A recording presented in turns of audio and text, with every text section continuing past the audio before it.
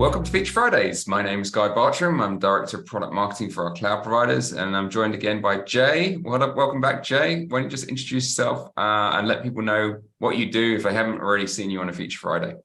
Thanks, Guy. Hello, everyone. My name is Jay, and I'm a Senior Technical Product Marketing Architect with the Cloud Service Provider Group. As part of my job, I basically take care of all the go-to-market for VCD, CDS, and a couple of more other products. Absolutely. So yeah, you're really the cloud platform kind of guy in my team, covering all of the VCD components, NSX, ALB, and all that great stuff. So, all right, Jay. Well, today we're going to be diving into Cloud Director's latest release 10.5. So why don't you take it away? So from an agenda perspective, we will quickly look at the marketing overview of basically what extra offering you have to offer from this release. And we'll then look at the overview of each pillar, what updates have been introduced and what new features have been introduced. And then we'll dive deeper a little bit into each of it. And then we will look at the interoperability and upgrade path. And then we will look at all the best practices from a sizing perspective.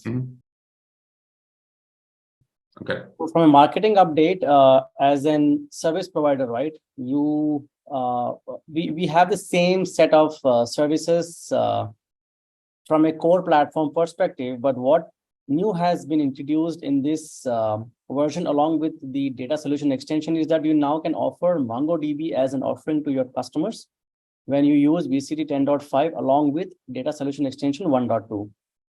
So you can now offer MongoDB as a service to your partner or your end customers. So that's now SQL, MySQL, Mongo, and is there anything else that's covered today? I believe even Postgres. Postgres, okay. And so they can use all of the ones listed here. These are just available from the VMware Cloud Marketplace. But if they want like the lifecycle management and all of the kind of operational automation, then they have to use data service extension. Data service extension, correct. Got it. Right. So you can look at the following URL, which is a detailed version of the technical blog for this release. To begin with, we'll start looking at all the updates first and then dive into them one by one. So from a networking perspective, right, we do have a couple of new features introduced wherein now VCD 10.5 supports the NSX Federation with VDC groups. So we all understand, right, NSX Federation is basically the multi deployment of NSX for, of course, your fault tolerance. So VCD now supports that with a little conditions. And then we have now introduced a mechanism to migrate the IP set blocks into IP spaces. So we have a altogether new option where you can seamlessly migrate your IP sets into IP spaces.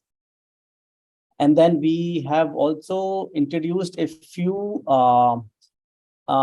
NSX advanced load balancing features, which can now be operated and configured from within VCD. And that will basically help you define policies and then help you strategize how you want to route your traffic based on what requests or responses you have got. And from an enhancement perspective, we have a couple of enhancements around the vApp network where we now support reflexive and reflexive NATing. We'll talk about it. Then now we have the capability of also configuring the BGP at the tenant level. Basically, it's a shared responsibility depending on the scenario. So now we can also configure BGP at the T0 level by the provider or at the T1 level by the tenant. And then we have a couple of enhancements in the firewall rule management, how it was before, and basically how we could manage it before and how we can manage it now, and a certain additional capabilities to configure from within VCD.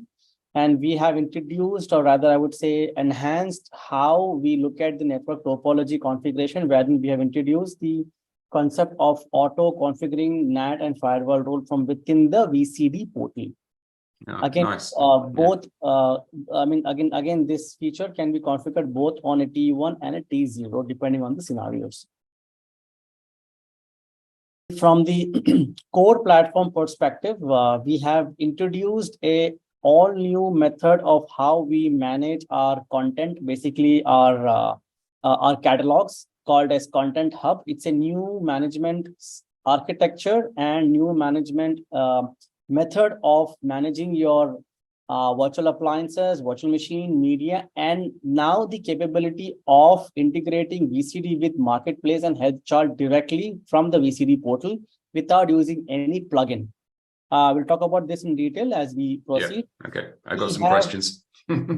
Yeah. So we have also introduced some support shortcuts where it is helpful for anyone, especially administrator, who kind of want to configure VCD settings or do troubleshooting. We have now shortcuts where they can run the shortcut keyword, basically this variable, and it will basically perform a larger task in the background. So it's a very nice thing to have where you don't have to remember long commands to run a certain task. And we have now the ability to upgrade the solution add-on, which we basically have on the VCD portal, which is published to the tenants. We can now upgrade those ISOs as well. From an enhancement perspective, we have changed how the VM discovery configuration behaves. So we will look into that. And from a catalog, publish, and subscription performance improvement perspective, we now support shared data store, wherein if the data store is shared across vCenters, and if we have a publish and subscription situation, if it is a shared data store, the import VM and export VM concept will not play, and it will basically do a copy, straight direct redirection of the assets to the new catalog. And then we have introduced I would not say introduced, I think it was already available in VCD 9.7, this feature, wherein now we can add a single vCenter server both as IaaS and as dedicated, right? I will give you the use case for it and what was the logic behind re-enabling this feature in 10.5. And basically it came from a partner request. So I'll explain to you how it is and how it was and how it is in this version. Okay.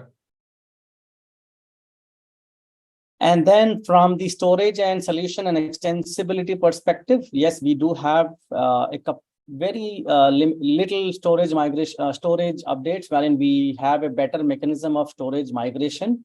And we now have the option to use a shared data store across multiple vCenter servers. And from an extensibility perspective, we have with this 10.5, we have CDS enhancement, which is our SaaS offering. We have introduced Terraform 3.10 with this release, CAC 4.1 and DSC 1.2. We'll see what features they bring in as we proceed. Yeah, that's a packed release, man. Sorry? That's a packed release. There's a lot in here. Yeah. So these are the main highlights of what is in this release, and then let's dive into each of them. So with the introduction of NSX Federation right now, VCD is capable of integrating NSX Federation, basically your global manager, and allowing your local managers to manage the networking responsibility, which is spread across region. The only limitation is that we only support the NSX Federation within VDC group for a single site. Multi-site is not yet supported, and you can have up to a maximum of 4 NSX manager instances in a single VDC group. What does it mean? So basically, when I am importing or integrating VCD with NSXT global manager, I have to make sure that as a prerequisite, I have configured my NSX Federation beforehand, wherein I have my global manager set up in an active standby mode, and I have my local managers added to the global manager. Now, when I add that global manager into VCD, it will show as a universal mode in VMware Cloud Director. So if you look here, right at the third image, the global manager will show the NSXT as a universal.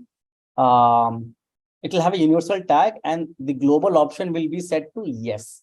So with this, what are we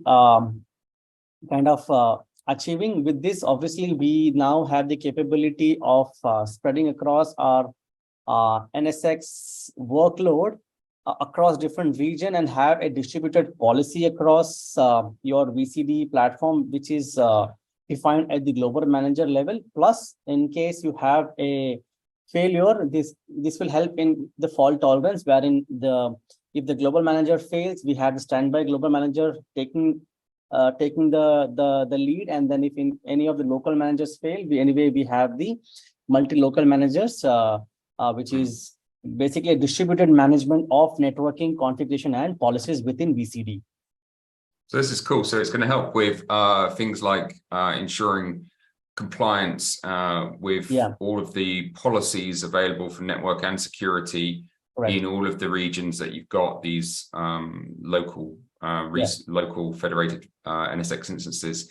And as you say, for resiliency as well, right? So this is good update. Okay. Yeah, it was a much awaited update. The only thing is that with the newer releases, we will also start supporting multi-sites. Yeah. And the other new feature with networking is the IP space migration. Basically, it's a new section or setting available under the provider gateway, wherein if you have IP set blocks configured previously, and if you click on the provider gateway, which is your T0 gateway, you will have the IP space migration prep wizard available, wherein it will allow you to migrate all of the IP sets block into an IP space without any downtime or without impacting any of your existing workload and or your any existing connections. So why was this introduced? Basically, going forward, any of the networking feature updates we get will be around IP spaces. So it's very important that you migrate all the legacy IP set blocks into IP spaces and start leveraging IP space features into your future networking configuration. When I say legacy, I'm not saying it's not supported, the IP set block, it is still supported, but the future is IP spaces. Any new releases will be around IP spaces only. Right. And that's kind of like an industry alignment, is it, for NSX to that terminology and that functionality? Yeah, and of course, IP spaces itself brings a lot of good capabilities, right? We have a very nicer way of managing your IP addresses based on the routes you want to have, like say for internet or for internal only and for database stuff, right? So it basically helps you manage IP addresses in a better way. There are lesser wastages, and you know exactly what IP is used where. So it's a very nice industry standard to use within VCD as well, and that's the future anyways going forward. And with the introduction of the HTTP policies configuration within VCD on an edge gateway, we now have the capability of configuring HTTP request policies, response policy, and the load and the security policy, basically all of the layer 7 configuration. So with this, what we can do is on the virtual services of the T1 gateway, we have to configure either HTTP request or response or security. So what does it mean? Let's say, for example, if I want to configure an HTTP request policy, what I'll do is I will create a match criteria and accordingly configure an action. For example, let's say if I want to say if the HTTP request is coming for a particular IP address range, do this action.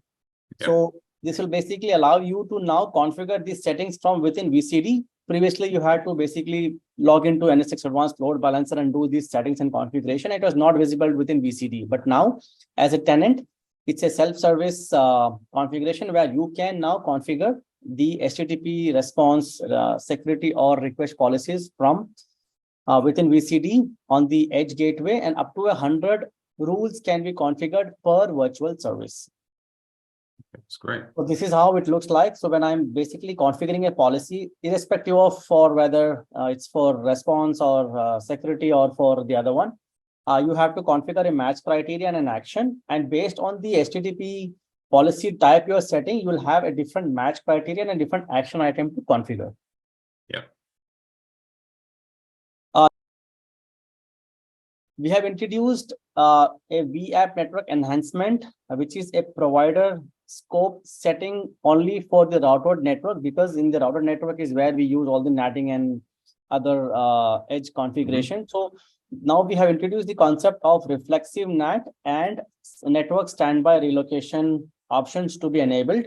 So once enabled as a provider on the OVDC, the tenant can take advantage of this feature. And then what it will do is basically, if reflexive NAT is configured, right, it will basically protect your internal IP addresses to be exposed to an outside network from a communication perspective. So what will happen once you enable reflective NAT, VCD will maintain its own reflective NAT database for outbound communication, and it will use the existing NAT table for your inbound communication. So in that way, we are securing all the scope of IP addresses within our environment to the outside network.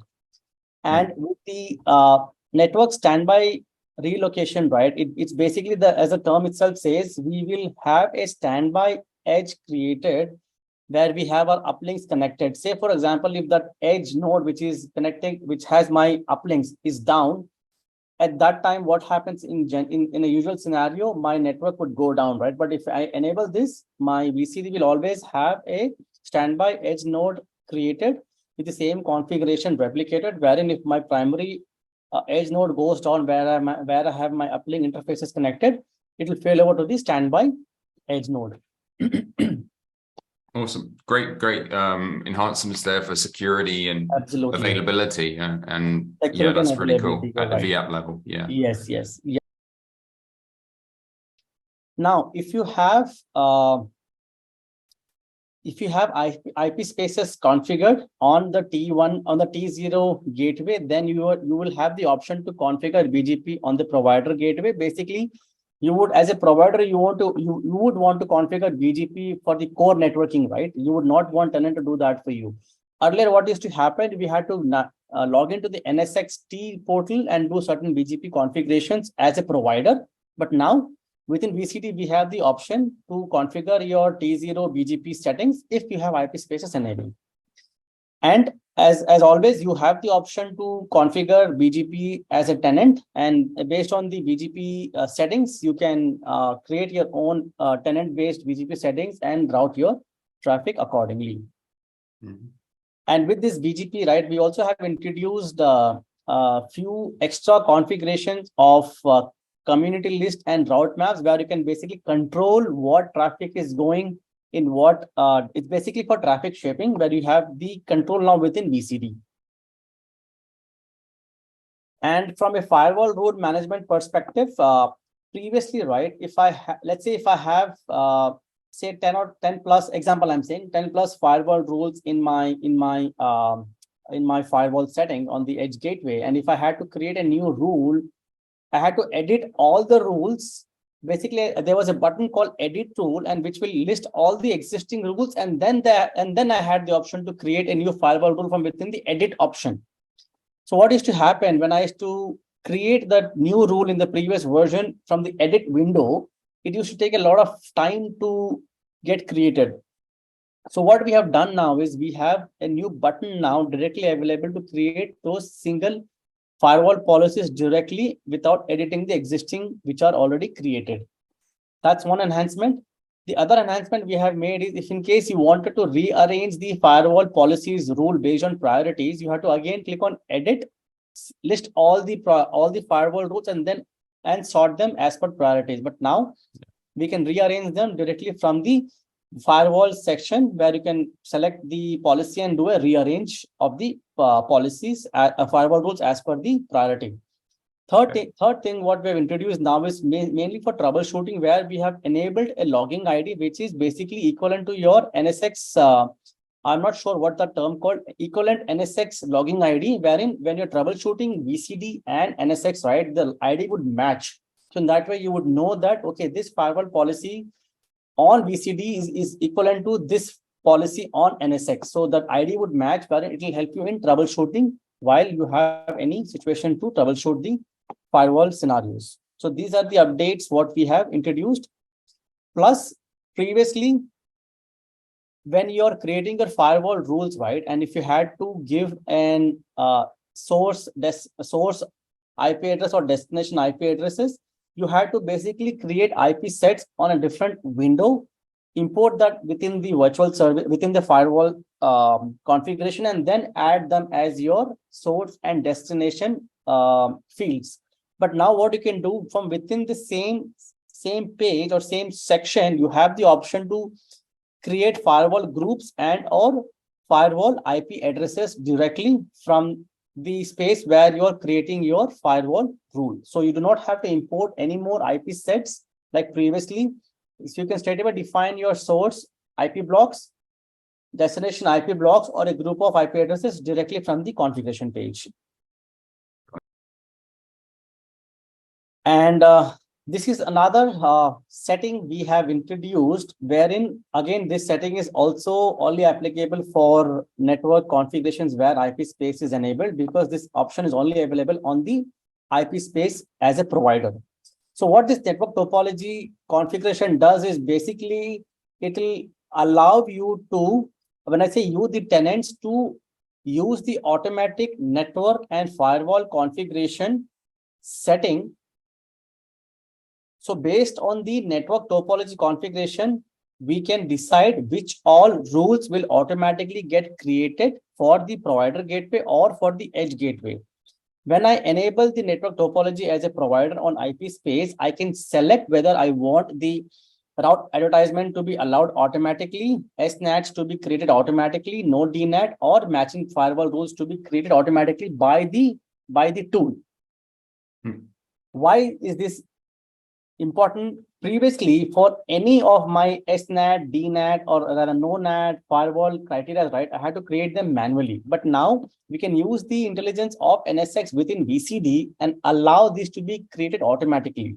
But if the T0 gateway is shared T0 gateway, then this option is not functional on a T0 gateway. It must be dedicated to a single tenant. In that case, the network topology configuration for automatic NAT firewall will only be applicable for T1 gateways. But if a T0 is dedicated, this setting can be applied. I mean, when I say setting, the automatic NAT and firewall setting can be applied on a T0 or T1 both. Now, this is purely for north-south traffic, where we enable this for communication from within the environment to the outside network. Now, this is how it will look on a provider gateway, where if I click on the provider gateway, I will see a connected gateway section, and I have the option to configure automatic NAT and firewall, where it will ask which IP space do you want to use for this configuration. Select the IP space and then click auto configure. What it will do is now, whatever routes you have, right, the SNAT, the no NATs, based on what options you have selected in the network topology, will automatically get created.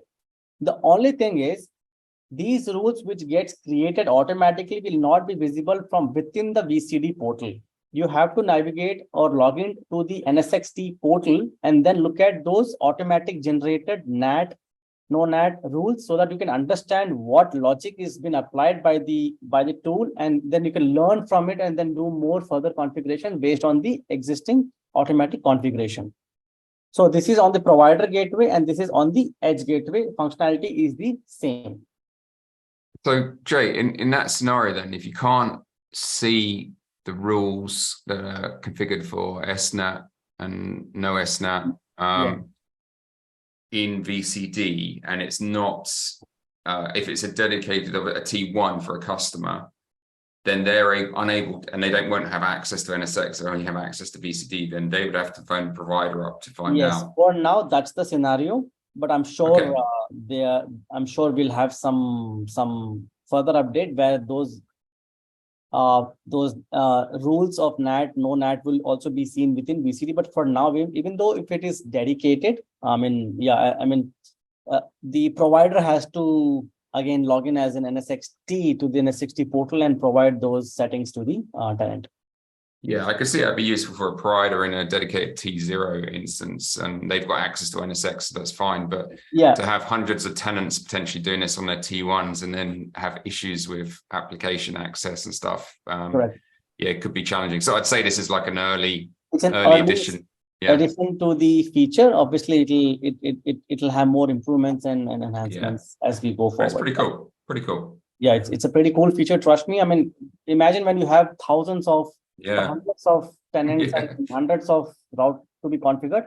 This really plays a crucial role where the intelligence of the tool will basically create the rules automatically for you and save a lot of manual tasks. Yeah, I can see that. Let's look at what all has been enhanced from a core platform perspective. Not enhanced. Let's look at the new features first. The Content Hub.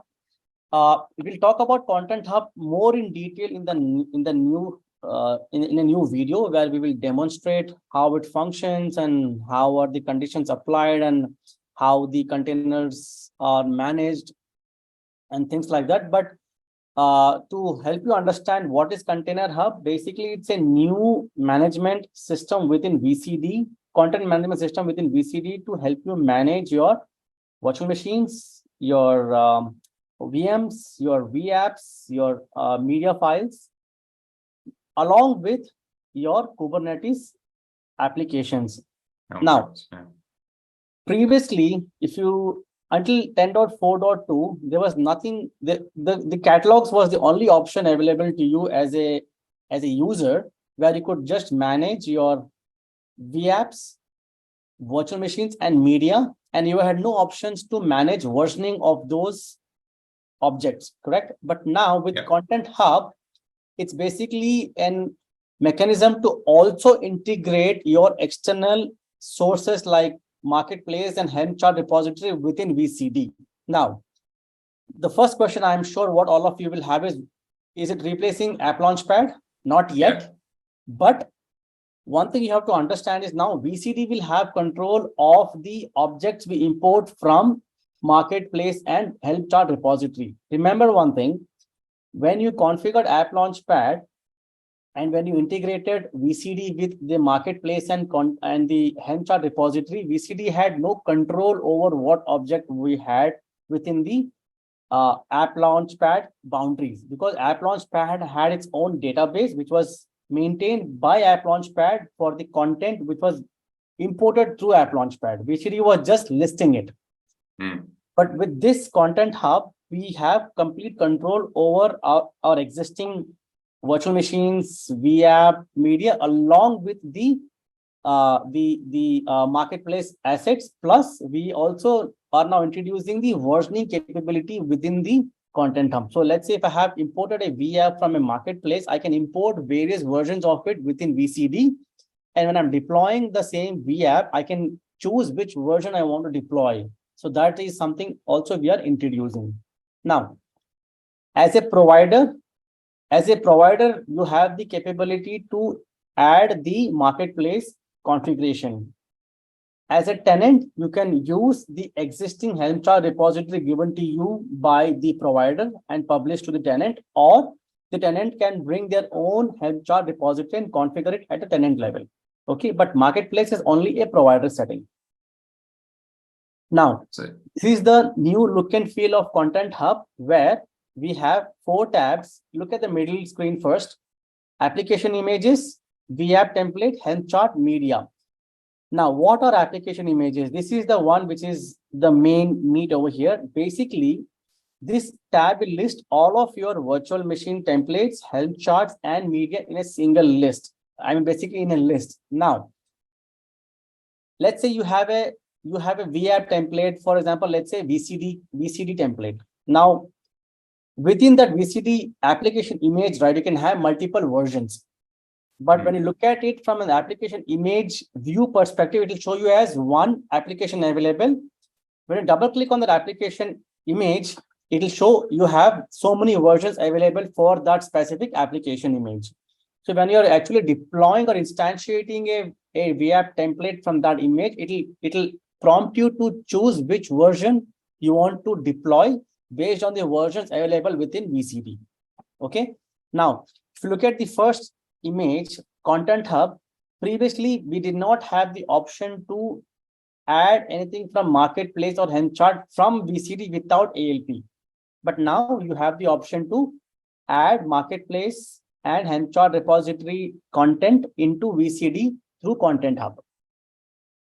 So basically, Content Hub helps you in connecting to Marketplace and Helm chart repository directly, and allows you to maintain versioning of any application images you import from the external sources. And Jay, just like ALP, I assume you can curate different catalog items for tenants to have visibility to as a provider. Yeah, so that level. So okay, this content hub, one thing we have to understand, content hub, obviously you create catalogs within content hub. So at the end, we still have the concept of catalog, wherein if I have content hub is the outside boundary, right, where I can import things and maintain versioning, but within the content hub, I still have catalogs, which is at tenant level. Right. Okay. So if let's say I have two tenants, tenant A and tenant B. As tenant A, I will have my own catalog. As tenant B, they will have their own catalog unless it is shared. Yep. So okay, it is still the same concept of catalog. Unlike ALP, where I have to actually publish the application. No, that's not the concept here. It's the tenant's own interest, depending on what they want, is what they import within their own catalog. So okay. This is the so this is ALP will carry on going for now. Yes. Most likely it will be decommissioned in the future and just merge into Content Hub. Yeah. But Content Hub is the evolution of the native VCD catalog. Then that's basically correct. The summary. Yeah. Okay. Right. Got it. Once they have the mechanism to migrate ALP content to Content Hub is when we can think of ALP deprecating, not sooner, but sometime later. Yeah. Got it. Other thing to understand with Content Hub, which obviously we'll talk in the separate video, is that now, let's say if my 10.5 catalog, which is under a Content Hub by default, right? So the 10.5 catalog, which is under Content Hub, understands versioning, correct? What if a subscriber is from a 10.4 version? In that case, let's say if I have a vApp image in 10.5 and it has two versions. Basically, each version is a separate vApp template. What Content Hub does, it shows you as a one template with versions available as a pop-up menu. Yeah. If a subscriber using 10.4.x subscribes to this published catalog from 10.5, they will see each of the versions as separate templates imported. Okay. Okay. So yeah, this is what I was talking about. So in the application images, I will see one image application and various versions will be inside that, hidden behind it.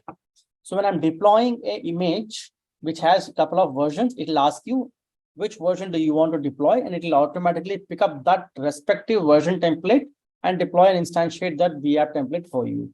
It's pretty straightforward, and I think it's very neatly designed and good to have an option to integrate to external world, or rather the marketplaces and your registry without having ALP for now. Yeah, those Helm charts are kind of essential now, right? I mean, very much essential. If you're a partnership with like NVIDIA or any of the other kind of vendors out there looking at application level assets, then it's really important. Yeah, and just to add, the same container applications which we import in Content Hub through a Helm chart repository or marketplace Helm repository can also be deployed onto your container images. Okay, the other enhancement what we have made is around the OS shortcuts. Basically, we have created a certain what do you call these variables, which will have a larger definition or a larger command behind the variable. So whatever commands or whatever variables you see are in bold will only work on Linux VCD version, and the rest all, including the bolded one, will work on the appliance version. So it's very straightforward. OS shortcuts is basically for troubleshooting. I'm pretty sure with my experience, right? Say, for example, this DB, what you see here, right? Previously, to connect to a DB, I had to write a sentence, almost a sentence to get into DB. That was such a big command. But now, just by giving the word DB, hit enter, it will connect you to the database directly. So that's the advantage of this OS shortcuts, and I'm sure we'll enhance and introduce more as we proceed further in the newer versions and releases. How does it prompt you for? Does it prompt you for variables like username and password, or? Yes, so it depends. If you are running a DB command, yes, it will prompt you for username and password. If I am running a thread dump directly, it will not ask me for any username and password. Okay. It depends. Depends if you have logged in as a root or a different user. So that depends. Yeah. So thread dump, I remember previously again to have a thread dump run on VCD. It was not tough, but the navigation and the CMT command had to run was a a long task, but now just one word, thread underscore dump, hit enter, you will have thread dump, and will give you the direction, the location of where the thread dump is located. So very useful stuff. I'm sure we will enhance this more and add more and more variables as we proceed further. Solutions add-on. So this feature basically was introduced in VCD, I think 10.4.1. So what this feature is all about is basically, as a provider admin, I can extend the capability of offering more solutions to my tenants through solutions add-on. Meaning, I can basically bundle up a package of solutions which I want the tenant to use in an ISO, and upload that ISO in the VCD solutions add-on management section on the landing page, and publish that to the tenant. So what the tenant would do is they would see this ISO in their tenant portal under the solutions add-on management, and they could use the ISO by attaching it to the virtual machine and using whatever customers application they have within their virtual machine.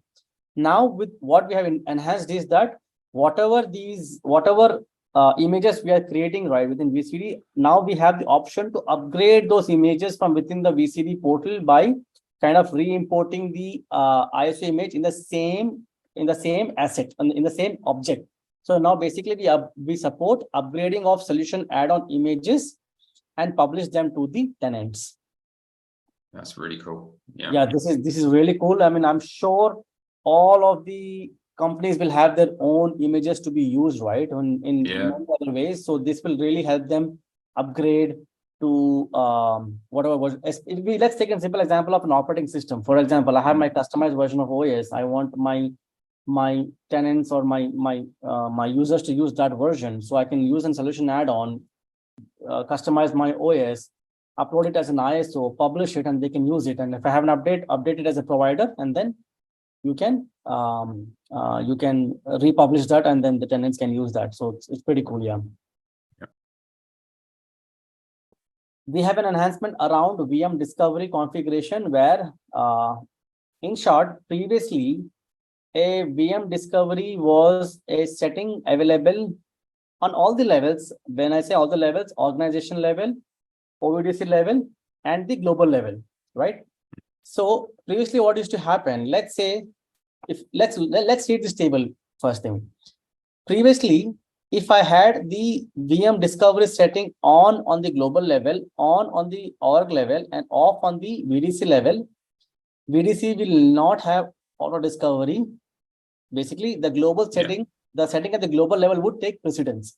But now what we have done, irrespective of whatever setting we have at the global level or the parent level, we will look at the child, the object, and look at that setting and perform the VM discovery based on what is configured at the least object level, which is VDC in our case. Now, if the global level is off for VM discovery, on the org level it is on, and on the VDC level I have said use organization setting, meaning VDC will have auto discovery for that VDC only. Okay, but now look at this last row. If it's off at the global level, and at the org level I have said use system setting, and on at the VDC level, VDC will have auto discovery available, but all other VDC will have it as off because I have turned it on at that specific VDC level. Yeah. Right. Yeah. So this is the enhancement we have done. And this enhancement has to be enabled through the API only, which is listed in the point here. So it's a API only configuration where you run this and enable this overriding of the VM discovery at all levels. Okay, I hope I can explain this very well. It took me time to understand this feature. So let's see.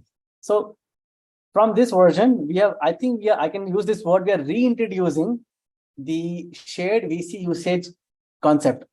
I think we had it in 9.7 and disabled it in 10.0 for various security reasons and whatnot. So let me first tell you the behavior previously. Until 10.4.2, let's say if I have a VC added within VCD for a dedicated tenant, meaning it's a dedicated SDDC for a particular tenant. In that case, what will happen? the proxy configured for that vCenter server will be published to the dedicated tenant automatically. So what will happen? The tenant can use that proxy and log into the vCenter server and manage vCenter server. Okay. Second scenario, I add a vCenter server into VCD as an IaaS, basically for multi-tenancy. Okay. Now with multi-tenancy, what happens? The tenants are basically pointed to a provider VDC, and single VC can have multiple provider VDCs backed by a resource pool or a cluster. Fine. Now, if I create proxies in this situation, in the IaaS situation under vCenter server, the proxy will not be published to the tenant, meaning the tenant will have no capability of logging in to vCenter server when VC is in the multi-tenancy mode. But the proxy which is configured can be still used by the provider to log in and check the vCenter. Now, there was a situation or a request wherein same scenario, which is the IaaS scenario. Let's say we have two tenants, tenant A and tenant B. Okay. Tenant A is pointed to one PVDC backed by resource pool, and tenant B is pointed to another PVDC backed by resource pool B. Now, let's say tenant A wants to do an audit on what's happening in the vCenter server through this tenant A. But can we allow them to log in to vCenter in the shared mode? No. When I say shared mode, the multi-tenancy mode, no. So what this feature is basically, this feature is basically, if you look at the command, the PPT is right. You have to enable these settings through the command line for this feature to be enabled. So once you run these commands, what will happen on the VCD portal? If you look at the screenshot, though the vCenter server is added, though the vCenter server is added as an IaaS, we still have the option to enable tenant access. Remember, you can only forget 10.5. Until 10.4.2, you can only add VC as an IaaS or dedicated, but not as both. Okay. But look here, when I have enabled these settings in the VCD 10.5 command line, though my vCenter server is added as an IaaS, I can still see enable tenant access. When I say enable tenant access, it means dedicated access. And that's to the vCenter, right? So that's to the vCenter, correct. The use case for that, I think the only way I could imagine that would be plausibly allowed, auditing, but also where it's a single company for that, running on the PVDCs for that vCenter, but it's different lines of business. Exactly. So yeah, you're right. So basically, let's say now I have my tenant A and tenant B. Okay. Now tenant A wants to do audit for what's happening on VCD. So in this scenario, I cannot. But when I enable this setting, what I can do, now I can publish the same vCenter server to tenant A as dedicated. Meaning, I can have a proxy configured for that vCenter server for the dedicated tenant. Through that proxy, the tenant A, which is also having a shared PVDC along with dedicated vCenter server, can log in through the vCenter server proxy, and then they can do the auditing thing. Now, how do we control the user level access at the vCenter level? It's through basically your username and your roles and responsibilities, right? So whatever username and password we are giving to the auditors in our example, we'll only have a read-only mode on the vCenter server to look at the inventory or the tasks and the events in vCenter server. So this is the use case of this feature, wherein same vCenter server can be added as an IaaS and can be published to a existing tenant as dedicated. All right. I hope I was able to explain this. It took me. No, I get it. I think it's a dangerous thing to go and enable without really thinking about what the use case is, because you've got to do the limitations of the user on the vCenter end. You've got to consider any exposure from any other tenants, and really, I think to minimize risk, it should only be enabled if you have two tenants from the same customer. Exactly. On the vCenter, yeah, Same and no one tenant. else. Yeah. And of course, when we enable this, we are breaking the tenancy boundary also. So that's a very clear messaging we want to give. When you want to use this feature, it's that you understand that you're breaking the tenancy boundary. And like Guy, you mentioned, most of the use case would be that within the larger organization, I have multi-tenancy for my different orgs, where I know that even if I enable this from a respective org auditing perspective, I know that it's within the same org, and if I'm breaking the tenancy boundaries within the same larger company. Yeah. So that's and how just so I can see here how you can enable it, but when you disable it, will it rip the proxy down? It'll rip the proxy down, yes. Okay, so you got a way of stopping access then, yeah. Yes, of course. So what happens once I enable that, when I click on enable tenant access, right, it'll ask me to which tenant do you want to enable this as dedicated. Yeah. In the same way, if I disable it, it'll obviously ask me to disable for the tenant for whom I had enabled the dedicated access. Yeah. So that's how it is. It's the reason why they have all this advanced configuration from command line is basically someone will understand and then run the command, so it cannot be a mistake, right? So don't hit a button and it just works. It's not like I click a button, oops, I forgot and I did it. So it's all through command line, and then with a certain understanding of what the boundaries are and the use cases. So that's what is this feature all about. So that's cool. Dangerous feature, use at your own risk. Yes, very much at your own risk. And remember, you would break the tenancy boundary, for which VCD is actually the king in market, because we respect the tenancy boundary. A few other updates.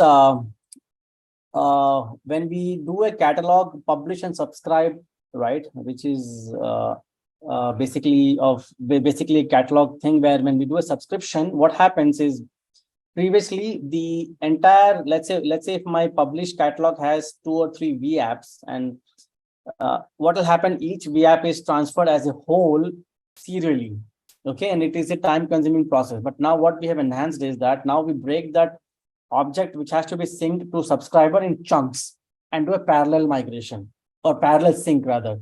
So it's a faster process now for the subscriber to sync data from the publisher. Okay. And we have, of course, generally we have improved the UI and the VCD performance, especially under the vApps, for the vApps where we have too many networking objects and stuff like that. So previously what used to happen, it used to take time to list objects and take time to show the settings. But now we have optimized and improved performance for those VMs where we have many network environments and objects. Okay, so from a storage perspective, not too many. We now leverage shared data store across multiple vCenter servers for move VM operation. So basically, if you're doing a VM move operation, and if there is a shared data store available, the move VM operation will suggest that there is a shared data store available, and we can leverage that, wherein if it's a shared data store and if you're moving a VM from, let's say, PVDC1 to PVDC2 backed by 2 different vCenter servers, since it's a shared data store, the migration or the move operation would be very, very quick. Yeah. It's basically updating the data about data, not actual migration. It's basically metadata update. Yeah. And we have introduced another nice feature. In fact, I would say a tenant migration enhancement, wherein, let's say, for example, I have a tenant to migrate, and within the tenant, I want to migrate just 2 data stores. Okay. Now, let's say I have a virtual machine which is spanning across 3 data stores, data store 1, 2, and 3. Previously, what used to happen, if I select data store 2 and 3, only the files of the VM available on data store 2 and 3 would be migrated. So whatever was left on data store 1 will still be as it is on data store 1. But now, if I enable this feature, right, this option toggle button, migrate entire virtual machine, irrespective of whether I have selected the data store 1, which has objects, which has files on the other data stores, which is part of the migration, the tool will migrate all the VM files across all data stores when you're doing a migration. So basically, it will bring all of the VM files together in your destination data store storage policy. Yeah, that's good to know. Yeah, this is actually very good. Yeah, I mean, I remember when I was in GSS, I used to get a lot of cases for this thing when the migration is to fail, and the files are scattered across the data and lost. So this is a good thing to have. Okay, from an extension and solutions perspective, real quick, from a CDS perspective, we now allow AVI load balancer, which is our NSX advanced load balancer, communicate through proxy. We have obviously improved the performance of CDS while listing vApps. Then there are a large number of links, and now the third point says basically when I'm upgrading my database, or rather when I'm upgrading my vCenter VCD version in my SaaS environment, I have a maintenance period.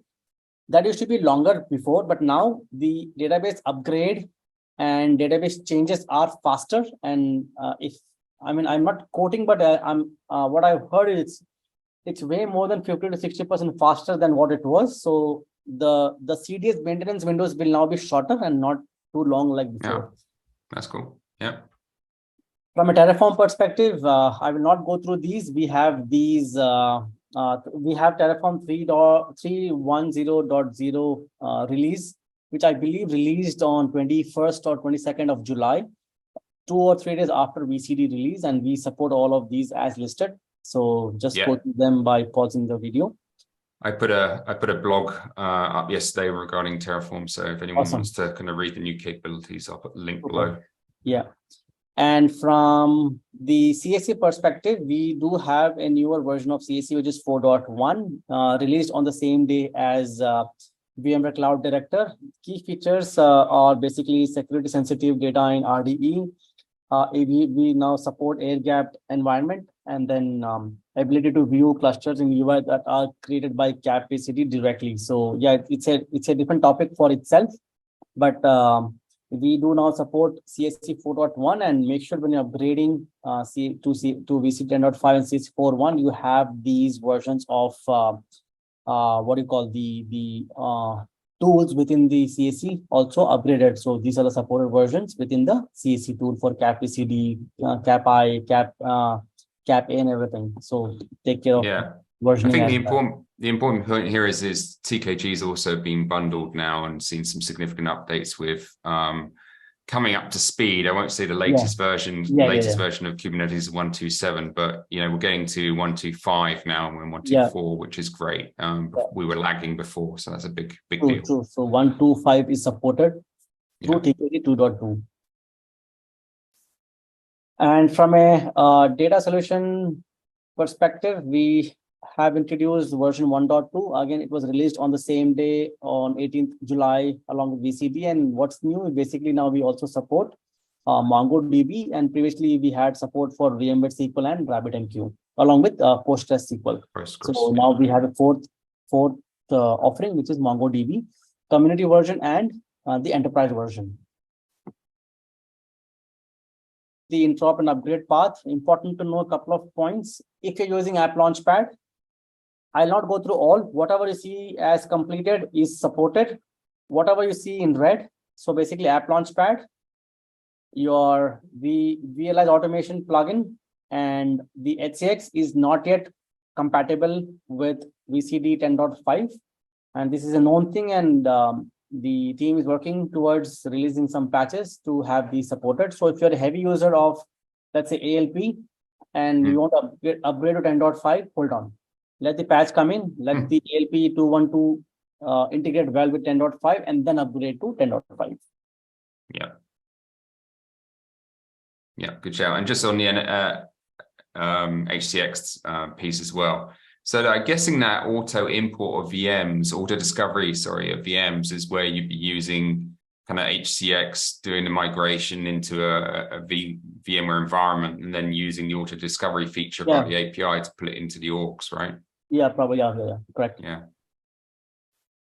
Okay. So for again, for detailed interoperability, you can go to VMware Interoperability Metrics Guide and then look at the information there.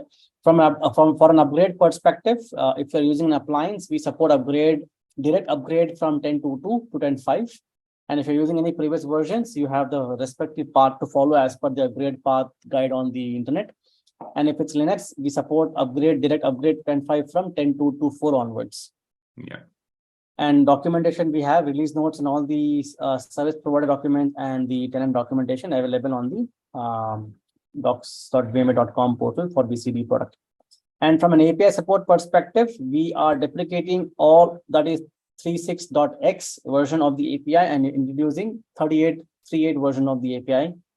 So when you're upgrading to the later version, make sure you also take care of the API version accordingly. Yeah. And from the sizing guidelines, as far as I've understood, there are no changes in the sizing guidelines. There is no reduction in resources or addition in resources. It's still the same. So whatever hardware you had for 10.4.x will still be applicable for 10.5 after the upgrade, and there would be no performance issues as such. So with this, we come to an end of the extensive major release of VCD 10.5, which is a yearly major release. And as you can see, it has a lot of new enhancements which are related to security.